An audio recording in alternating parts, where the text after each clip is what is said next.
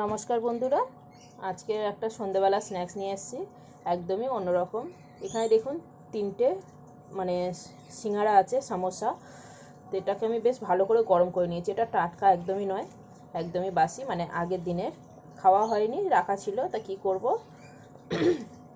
নরমও হয়ে গেছে, তাই ভাবলাম একটু কিছু স্পেশাল বানানো যাক। তো ভীষণ গরম, আমি হাত দিতে পারছি না, তাই একটু করে ভেঙে নিচ্ছি। তো এটাকে আজকে একটু সুন্দর চাট বানাবো। এই যে এইভাবে ভালো করে ভেঙে নিলাম, ভেঙে একটা থালার উপরে সাজিয়ে নিচ্ছে। এই যে দেখুন কত সুন্দর, এটা বেশ বড় বড়। তো এখানে চাটটা বানাবার জন্য আমি ঘরোয়া কিছু উপকরণ নিয়েছি, জিনিস নিয়েছি, একদম ঘরে থাকা।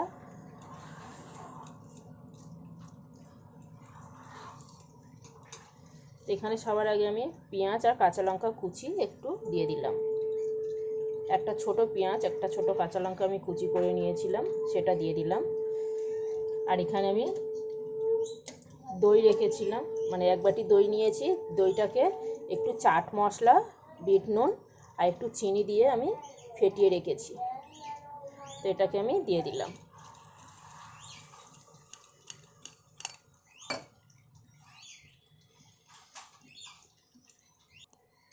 আর এখানে দেখুন নিয়ে নিচ্ছি এই যে চাট মশলা। এই চাট মশলাটাকে উপর থেকে একটুখানি করে ছড়িয়ে দেব। এই যে একটুখানি সামান্য দিলাম।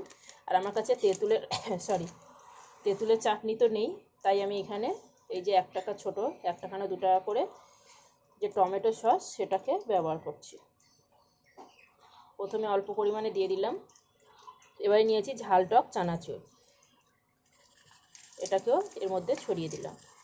এখানে যে কোনো ঝুরি ভাজা, চানাচুর, বাদাম, যে কোনো জিনিস দেওয়া যায়। তো ঘরে যা ছিল তাই দিচ্ছি। এবারে আরও যেটুকুনি পেঁয়াজ আমি বাঁচিয়ে রেখেছিলাম, সেটাও উপর থেকে দিয়ে দিলাম।